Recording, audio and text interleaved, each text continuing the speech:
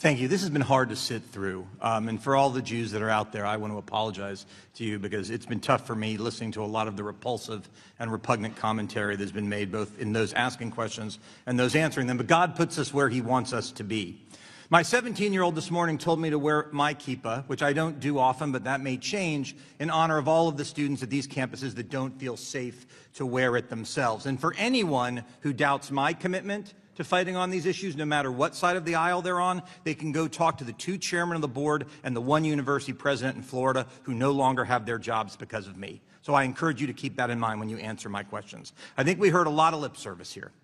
And Mr. Cole talked about the importance of free speech and equal access to education. So I'm going to start with those questions with Dr. Raymond. Dr. Raymond, and I encourage you, this may be happening right now. If a student is on your campus right now with a sign that says, "No blacks on campus," what will happen to that student? Representative Fine, I first want to say that I don't want to hear that. I want you to answer my question. A student on your campus right now, walking around campus saying, "No blacks on campus," what will happen to that student? They're just allowed to walk around. Good job. Free speech. We love that. Is that what would happen on your campus? No. Okay, good. Would they be invited to go get an education somewhere else, which is what I hope the answer is? It would be the same as someone who is inappropriately. Would they be kicked out of campus if a student walked around your campus saying, "No blacks on campus"? Or would we sit around a drum circle and talk about how great it is? What would happen? Would they be kicked off? Or is that free speech at Haverford College? No blacks on campus. Representative Fine, there is no room for discrimination or But there is room, because at your campus, in front of you, at a protest, students held up a sign saying "No Zionists on campus." They said, and there was no consequence for that, and you were at that event, and it happened on September 30th, 2024. You were there. My second question I'm going to go to, do you believe the Jews are responsible for COVID? Is that some sort of conspiracy that we came up with to go after people? The Jewish students on your campus and professors were responsible for COVID and it was unleashed on people? Is that what you believe? Of course it's Okay, not. then why did you say when a group, a terrorist group, wanted to have a presentation called "COVID in Times of Genocide," how Israel uses COVID as a tool for settler colonialism in Palestine, your response to that name was that it was thoughtful and considerate? See, we can talk about what other people did. I'm interested in what you did, and in both of these instances, you're the one that did it. So do you think that title, "COVID in Times of Genocide, how Israel uses COVID as a tool for settler colonialism in Palestine," was that thoughtful and considerate? Do you still believe that today? I did not say that about that title, and I do not believe that today. And Zionists are welcome on our campus.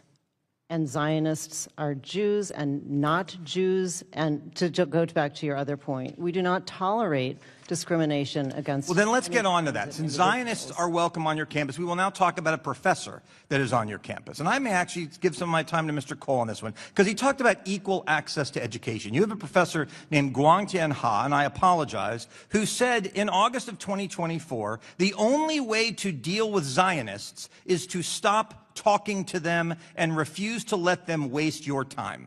Now, I don't know what Professor Ha teaches, but I would assume there are some students in his class that are actually Zionists. So would it reduce their access to education if their professor publicly says, "I should stop talking to Zionists and I should not waste my time on them"? How is that acceptable on your campus?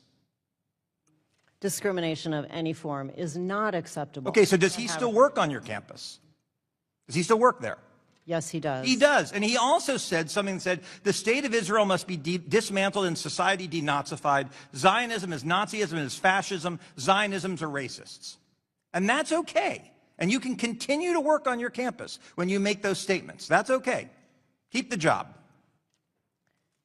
Those statements are repugnant, and I do not defend those statements. But you do, because here's the last one I'm going to do. You had a graduate student. Let's see if I can find it here. You had a graduate student who, before he was hired, made a statement. Can I find it here? The problem with your places, there's so many. October 7th, 2023, you had a visiting assistant professor write, "October 7th was a beautiful sight to wake up to this morning," end quote. And after this person made this statement, your school offered them another position in June of 2024. Why would you hire someone who says that October 7th was a beautiful sight to wake up to? Why would you hire that person? I am very sorry that I had someone on the faculty that would espouse those kinds of views. Good. You can go back and you can fire him. I yield back the balance of my time. I thank the gentleman, and I would ask to submit for the record the most recent ADL campus anti-Semitism card that includes a report card that includes the 3 universities here, as well as others, including some that have been in front of us, where if it is conjecture that this committee and our activities with hearings are not having an impact, we'll see that there has been impact in better grades that are coming on for some, still terrible grades for others. So without objection, I submit this for the record.